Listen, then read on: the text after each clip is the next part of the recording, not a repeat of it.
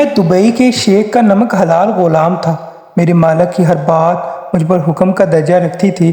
اس 60 سالہ شیخ نے ایک 20 سالہ لڑکی سے شادی کر لی جو بے حد مغرور اور گھمنڈی تھی۔ مجھ پر اس کی اچھی نظر نہیں تھی۔ ایک بار میرا مالک شہر سے باہر گیا تو اس نے بہانے سے مجھے اپنے کمرے میں بلا لیا۔ پھر میرے ساتھ جو کیا، میری روح فنا ہو گئی تھی۔ میری قابل رشک صحت، خوبصورت چہرہ اور باروب شخصیت کو دیکھ کر لوگ مجھے دبئی کے شیخ کا گارڈ کم اور بیٹا زیادہ سمجھتے تھے۔ میں اپنے مالک کا وفادار اور قابل بھروسہ ملازمین میں سے ایک تھا۔ شیخ صاحب کی معمولی سی بات بھی میرے لیے حکم کا درجہ رکھتی تھی۔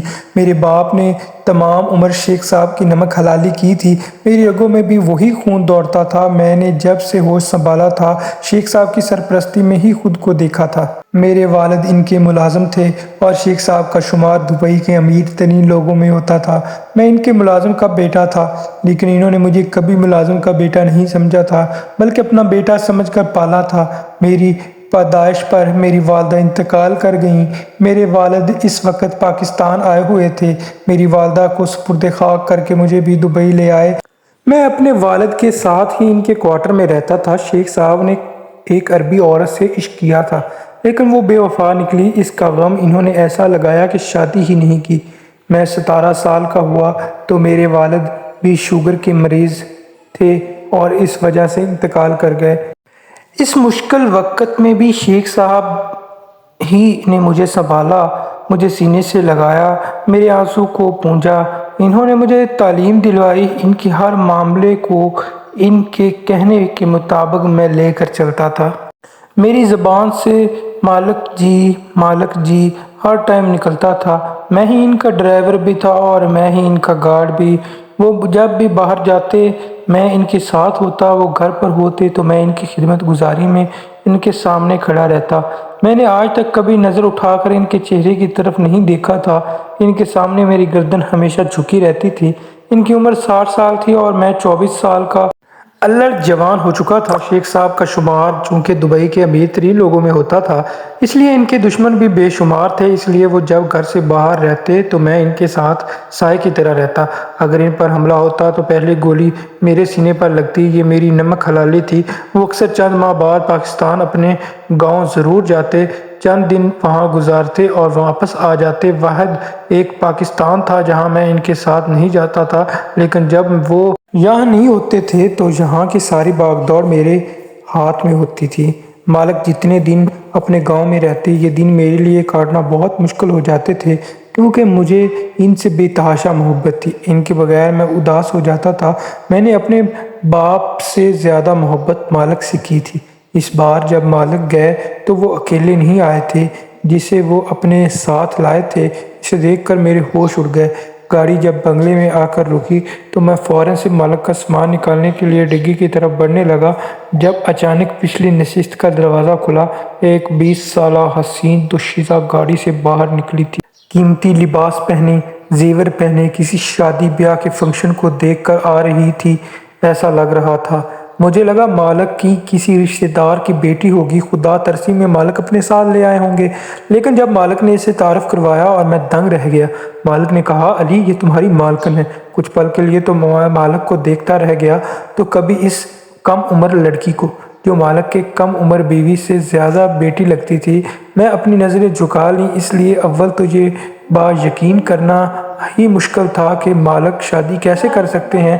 انہوں نے ساری جوانی ایک عورت کو یاد کرتے گزاری، اب تو وہ بوڑھے ہو چکے ہیں۔ پھر یہ حسین کم عمر لڑکی مان کیسے گئی؟ مالکن میں کوئی کمی نہ تھی، نہ کوئی عیب تھا۔ نہ جانے کیوں پہلی بار میرے دل میں مالک کے لیے منفی سوچیں نے جنم لیا کہ انہوں نے اپنی خواہش کی خاطر ایک کم عمر لڑکی کی زندگی برباد کر دی۔ میرے دل میں اس لڑکی کے لیے ایک نرم گوشہ پیدا ہو گیا۔ نہ جانے میں اس بیچاری کی کیا مجبوری تھی۔ میرا دل اس لڑکی کے لیے دکھی سا ہو گیا تھا۔ لیکن اگلے ہی روز مجھے اپنی سوچ کی تردید کرنا پڑی جب مالک نے مجھ سے کہا کہ انہوں نے شادی اس لڑکی کے کہنے پر کی ہے۔ وہ لڑکی ان کی محبت میں مبتلا ہو چکی تھی۔ وہ جب بھی اپنے گاؤں کے کھیتوں کی طرف جاتے، وہ لڑکی انہیں دیکھتی رہتی تھی، ان کے پاس آ جاتی، ان سے باتیں کرنے لگتی۔ صاحب، اسے ایک چھوٹی لڑکی سمجھ کر بات چیت کر لیا کرتے تھے، لیکن اس نے ایک بار جب وہ آ گئے تو وہ لڑکی روتے ہوئے ان کے پاس آ گئی، کہنے لگی کہ اب میرے ابا سے رشتہ مانگ لیں ورنہ وہ میری شادی کہیں اور کر دیں گے۔ مالک اس بات کو سن کر حیران ہوئے۔ انہوں نے کہا کہ تم مجھ سے چھوٹی ہو، تمہارا میرا کوئی جوڑ نہیں، لیکن وہ کہنے لگی کہ وہ مالک سے محبت کرتی ہے، اگر انہوں نے لڑکی سے شادی نہ کی تو وہ زہر کھا کر اپنی جان دے دے گی۔ مالک نے یہ سوچ کر اس سے شادی کر لی کہ مجھے محبت نہیں ملی تو اس کو تو ملے، وہ کسی اور کی محبت بن چکے تو اسے کیوں محروم رکھتے۔ مالک شادی کے بعد بہت خوش تھے۔ کچھ عرصے بعد میں مالک کو یوں خوش دیکھتا رہا، پھر جب میاں بیوی راضی تو کیا کرے قاضی۔ میرے مالک خوش تھے، مالکن ان کے ساتھ محبت کرتی تھی، وہ مالک کے ساتھ روز تیار ہو کر ہوٹل میں کھانا کھانے چلی جاتی۔ انہیں یوں حشاش بشاش دیکھ کر میں مطمئن سا ہو جاتا کہ مالک کو ان کے صبر کا پھل مل گیا تھا، لیکن چند دن ہی مجھے یہ احساس ہو چکا تھا کہ میرا یہ اندازہ مالک کے معاملے میں غلط ثابت ہوا تھا۔ وہ لڑکی ہر وقت نوکروں پر چیختی چلاتی نظر آتی، قیمتی لباس پہنتی، سونے کی جویلری پہن رکھتی، آئے دن شاپنگ کرتی اور نوکروں سے حقارت بھرے لہجے سے بات کرتی تھی۔ میں سمجھ گیا کہ اس لڑکی کی نظر مالک کی دولت پر تھی، کیونکہ میں مالکن کا ڈرائیور تھا، اس لیے وہ جہاں بھی جاتی میرے ساتھ جاتی۔ بے فضول وہ مالک کی محنت سے کمایا پیسہ دونوں ہاتھوں سے لٹا رہی تھی۔ مجھے اس کے ساتھ ساتھ رہنا پڑتا، کیونکہ مالک جس بھی کمپنی کے ساتھ ڈیل کرتے وہ انہی کو آرڈر دیتے اور مخالف پارٹی یہ بات برداشت نہیں ہوتی تھی۔ ایک بار میں مالکن کو شاپنگ سے واپس لا رہا تھا کہ سنسان روڈ پر ہماری گاڑی کے پیچھے دو گاڑیاں لگی تھیں۔ اس وقت سڑک پر بس ہماری ہی گاڑی تھی۔ میں بے حد پریشان ہو گیا۔ میرے پاس ہر وقت پسٹل رہتا تھا، لیکن اس وقت میرے ساتھ مالکن تھی اور میں نہیں چاہتا تھا کہ یہاں کسی بھی قسم کا ہنگامہ آرائی ہو، لیکن ان میں سے گاڑی ہماری گاڑی کے آگے آ کر رک گئی۔ مجبوراً مجھے بریک لگانی پڑی۔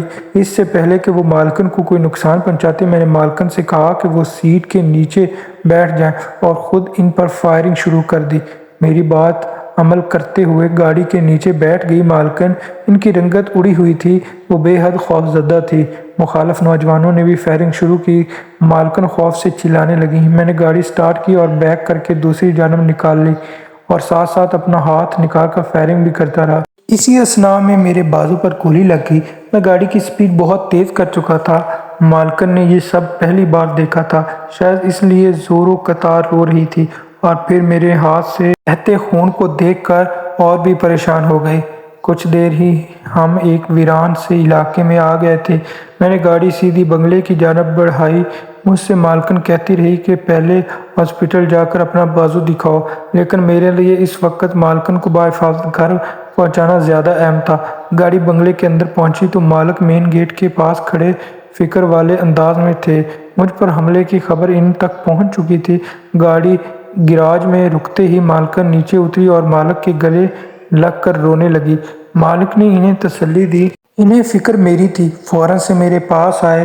میرے ہاتھ سے بہتا خون دیکھ کر پریشان ہو گئے، کہنے لگے علی کو ہسپتال لے جاؤ۔ دوسرے ڈرائیور بھاگ کر آئے اور مجھے ہسپتال لے گئے۔ مالک کہنے لگے میرے بچے کو کچھ نہیں ہونا چاہیے۔ ان کے چہرے پر میرے لیے ایسی پریشانی اور فکر تھی۔ میں ہاسپٹل چلا گیا۔ گولی میرے بازو کو چھوتی ہوئی گزری گئی تھی۔ جب گھر آیا تو مالک کو اپنے لیے منتظر پایا۔ مجھ سے کہنے لگے تم نے اپنی جان پر کھیل کر میری بیوی کو بچایا، میں تمہارا ساری عمر احسان مند رہوں گا۔ میں نے کہا مالک کیوں مجھے اپنی نظروں میں گرا رہے ہیں؟ میں نے مالک کے ہاتھ تھام کر محبت سے اپنے لبوں پر لگائے۔ وہ یہ تھی کہ مالکن کا رویہ مجھ سے بدلنے لگا تھا۔ میں نے یہ محسوس کیا تھا کہ وہ کبھی میرے لیے یخنی بنا کر ملازمہ کے ہاتھ بھیج دیتی، کبھی خود بھی میرے کوارٹر میں آ جاتی، میری خیریت پوچھتی۔ ان کے اس قسم کے رویے سے باقی ملازمین مجھ پر شک بھری نظروں سے دیکھتے۔ میں اس بات پر زیادہ توجہ نہیں دی۔ مالک نے ان لوگوں پر کیس کر دیا جنہوں نے حملہ کیا تھا۔ وہ پولیس کی کسٹڈی میں تھے۔ میں ٹھیک ہوتے ہی اپنی ڈیوٹی پر آ چکا تھا، لیکن باہر کہیں بھی جاتے ہوئے مالکن کا رویہ میرے ساتھ بہت اچھا ہونے لگا تھا۔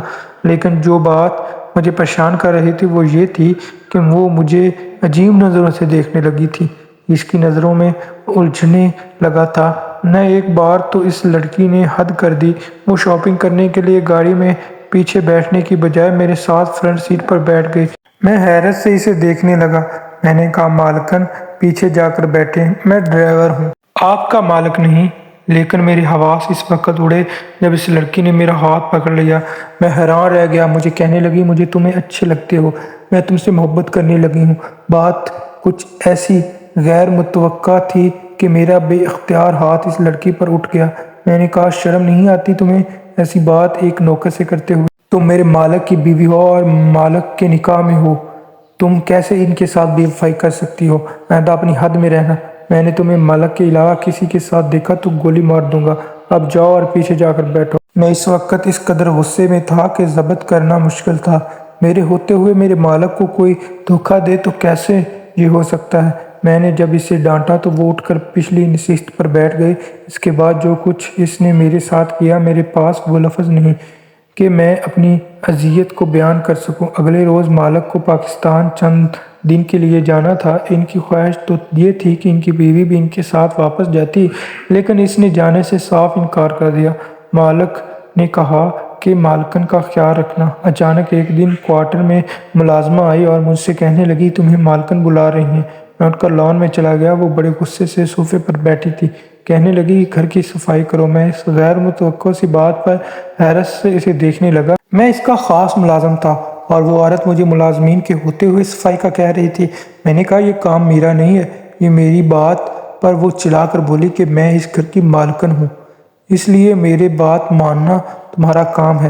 میں اس گھمنڈی عورت سے بحث نہیں کرنا چاہتا تھا، اس لیے گھر کی صفائی کرنے لگا۔ وہ شاید مجھے جھکا کر اپنی انا کی تسکین چاہتی تھی۔